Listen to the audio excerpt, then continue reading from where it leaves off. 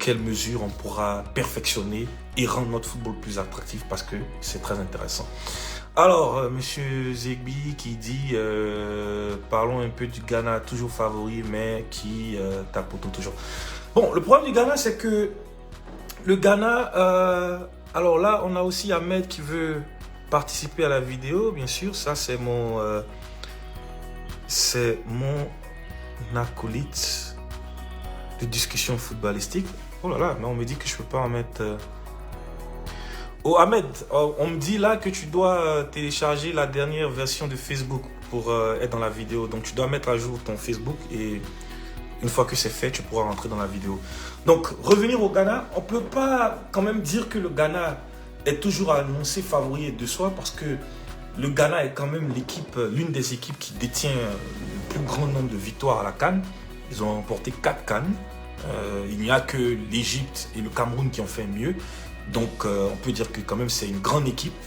Maintenant, quand on regarde la prestation du Ghana, il faut se poser les bonnes questions de savoir comment est-ce qu'ils sont arrivés à ce niveau. Parce que le Ghana, quand même, depuis 2008, qui était l'année où ils ont organisé la CAN, de 2008 à 2017, le Ghana a fait que des demi-finales. C'est-à-dire 2008, 2010, 2012, 2013, 2015, 2017... 6 demi-finales consécutives pour le Ghana. Donc là, c'est une performance incroyable. C'est une performance incroyable au niveau du football africain. 6 demi-finales d'affilée, c'est quand même extraordinaire. Et dans les 6 demi-finales, il faut noter quand même 2 finales. Une en 2010 face à l'Égypte et une en 2015 contre la Côte d'Ivoire. Malheureusement, ils ont eu la malchance de perdre les 2 finales. Mais c'est une équipe qui a toujours été là où on l'attendait. Le problème du Ghana, c'est que il y a eu une génération qui a commencé avec les Michael Essien, qui s'est ensuite ajoutée à celle des Asamoah Gyan, de Kevin Prince Boateng, de André Ayew, qui arrive aujourd'hui près de la retraite. Et il n'y a pas vraiment eu de relève pour accompagner cette génération ghanéenne. Parce que si on regarde déjà l'évolution de cette équipe, qui fait 6 demi-finales consécutives de 2008 à 2017, en 2019, il y a un 8e de finale. Et ce 8e de finale-là, on doit se poser les bonnes questions et savoir que c'est le déclin d'une génération qui arrive. Et il faut que le Ghana prépare la relève. Ce qui n'a pas été fait. Dans le passé, le Ghana avait de très bonnes équipes de jeunes qui jouaient le mondial des cadets, le mondial junior. Donc on a vu même la génération d'André Ayew qui allait, je crois, en finale de la Coupe du Monde junior en 2009, si je ne me trompe pas. Donc, c'est des choses qu'on ne voit plus avec le Ghana. Et donc, il n'y a plus cette relève-là. André Ayew, aujourd'hui, il a passé la trentaine. Son frère Jordan, idem. Donc, tu regardes les joueurs. Thomas Partey, il est un peu esselé au milieu de terrain. Donc, c'était difficile pour cette équipe-là de faire quelque chose aujourd'hui. Donc, voilà le problème du Ghana. Moi, personnellement, je me dis que c'est une suite logique d'une équipe qui a fait un 8e en 2019 et qui s'est encore affaiblie. Donc, c'est très normal, très compréhensible que cette équipe-là ne passe pas le premier tour en 2021, en 2022. J'espère que les Ghanéens tireront les leçons parce que c'est une grande nation du football africain, donc c'est un peu désolant de les voir à ce niveau-là. Donc on espère que ça passera. Timothée qui dit Baumel est nul. Bon, faudrait pas quand même exagérer, on va pas dire que Baumel est nul. Moi, je pense que Baumel est un bon entraîneur. C'est pas un grand entraîneur parce qu'il a montré ses limites depuis qu'il est en fonction. On a vu le match au Cameroun pendant les éliminatoires de la Coupe du Monde, la façon dont il a abordé le match qui était quand même problématique. Une équipe qui devrait se qualifier et qui arrive au Cameroun comme si on jouait un match amical. Bon, là, ça a montré les limites de l'entraîneur. Et même dans cette CAN, au premier tour, les matchs qu'on a joués, certes, l'équipe a mieux joué contre la Sierra Leone et finalement contre l'Algérie, mais dans l'analyse du match, dans les remplacements de l'entraîneur, on sent des limites. Parce que c'est des remplacements qu'ils font qui n'améliorent pas l'équipe, les remplacements qui affaiblissent l'équipe, qui mettent l'équipe en danger. Dire, tu regardes le premier match qu'on joue contre la Guinée équatoriale, les changements qu'il fait, à part les entrées de Zaha et de Pépé qui apportent quelque chose, le reste n'apporte pratiquement rien. Au deuxième match contre la Sierra Leone, lorsqu'il sort Eric Bailly, sort Sangaré et Sébastien Haller, la Côte d'Ivoire n'arrive plus à jouer, ça nous affecte. Donc c'est des changements qu'il fait qui ne nous aide pas. Et même au troisième match contre l'Algérie, il sort encore Sangaré, qui est pratiquement l'un des meilleurs au milieu. Il sort le capitaine Aurier, il fait rentrer Maïga qui n'est même pas un latéral de formation, donc il est perdu dans ses premières touches. Donc voilà ce qui crée le problème un peu avec cet entraîneur. Mais il faut quand même lui donner le crédit de fédérer autour de lui, parce qu'il semble que les joueurs adhèrent à son projet. Les joueurs sont avec lui et il a quand même réussi à monter un groupe. Et il faut lui donner aussi le crédit de mettre en place des 11 ou des équipes qui, sur le papier, ont l'air solides. Parce que quand tu regardes le 4-3-3 qu'il aligne depuis le début de cette compétition, quand même, je pense que les choses se passent bien. Mais il faut qu'il travaille son analyse de match. Parce que quand on arrive dans les phases à élimination directe, on ne peut pas être dans des situations où on fait des remplacements qui nous affaiblissent. Il faut que ces remplacements nous rendent plus forts et nous permettent de gagner des matchs. Parce qu'aujourd'hui, par exemple, contre l'Algérie, il fait des remplacements qui remettent l'Algérie en confiance. Donc ça, c'est des choses qu'il doit éviter. Alors,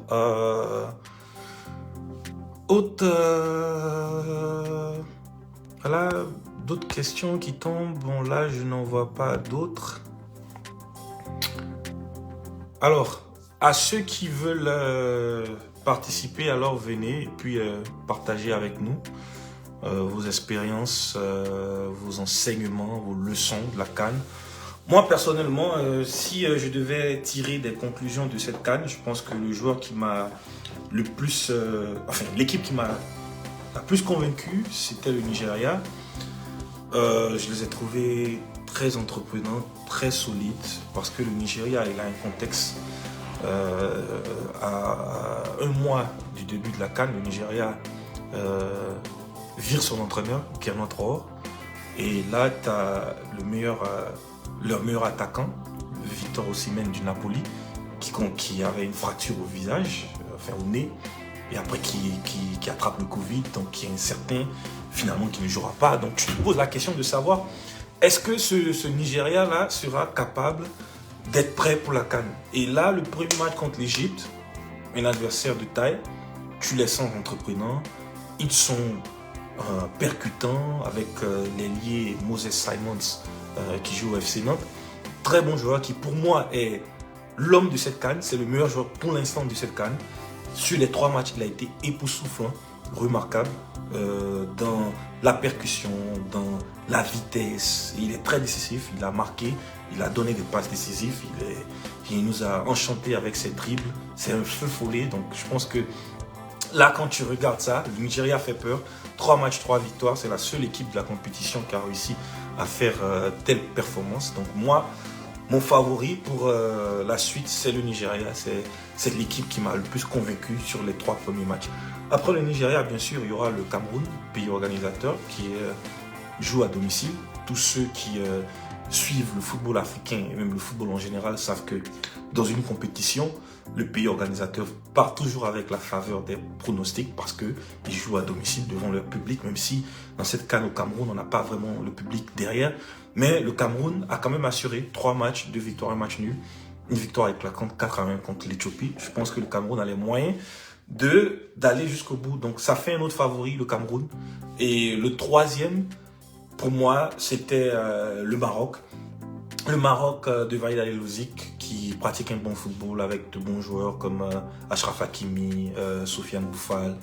Donc quand Youssef El Nesri, le gardien, Bono aussi.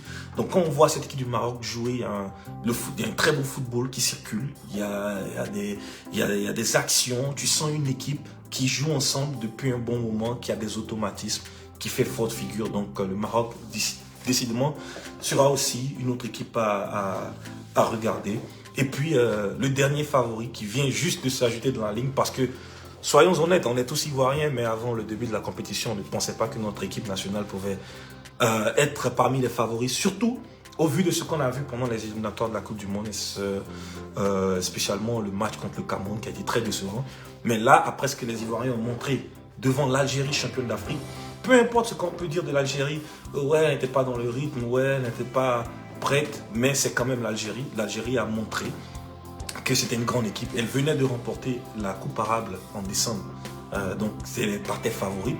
Et vu la prestation des éléphants qui ont maîtrisé l'Algérie de bout en bout. Dire, on a joué un match avec, on avait déjà la certitude qu'on passerait au second tour, mais on a toujours été entreprenant, on a mis de la volonté, de l'envie, de la détermination et on a fini ce match en éclatant l'Algérie. Donc, ça fait de la Côte d'Ivoire un favori. Et le prochain match de la Côte d'Ivoire, c'est contre l'Égypte. Si on joue l'Égypte et qu'on arrive à les battre, et là, c'est une confirmation. Après l'Égypte, il y aura le Maroc qui est un favori. Et là, la Côte d'Ivoire va rentrer dans la compétition. J'ai regardé l'arborescence, c'est-à-dire les croisements entre les différentes équipes. Le calcul, c'est que si tout se passe comme normalement, c'est-à-dire à l'abri de toute surprise, la Côte d'Ivoire peut battre l'Égypte, se retrouver en quart de finale contre le Maroc. Si elle bat le Maroc, elle peut se retrouver en demi-finale contre le Cameroun. Si elle bat le Cameroun, elle peut se retrouver en finale contre le Nigeria. Donc, quand tu regardes la progression, c'est-à-dire on part de l'Algérie au Maroc, enfin à l'Égypte, au Maroc, au Cameroun et au Nigeria, ce ne sont que des grandes équipes. Donc, si on veut gagner cette compétition, il faut qu'on soit capable de battre les grandes équipes. Et ces grandes équipes-là, elles aussi, elles ont l'ambition de gagner la CAN, donc ça va être très, très, très difficile. Donc, bonne chance aux éléphants, parce que là, ça va être difficile, mais je pense qu'on a le matériel. Quand je regarde l'équipe jouer, je pense qu'on a le matériel de quand même d'aller loin. Mais a priori, au vu de ce premier tour, si je devais donner deux favoris pour la finale, je dirais le Nigeria et le Cameroun. Le Nigeria parce que c'est l'équipe qui a fait la plus grosse impression, qui a quand même dominé littéralement tous ses adversaires, qui a fait le maximum de points, 3 matchs, 3 victoires. Et puis le Cameroun qui est à domicile et qui assure avec notamment son buteur Vincent Aboubakar, meilleur buteur de la compétition avec 5 buts en 3 matchs. Donc voilà mes deux favoris. J'espère que la Côte d'Ivoire pourra tirer son épingle du jeu, parce que si la Côte d'Ivoire réussit à battre l'Égypte, c'est deux favoris que la Côte d'Ivoire sort, c'est-à-dire l'Algérie et l'Égypte. Et là, la Côte d'Ivoire deviendra l'équipe à abattre.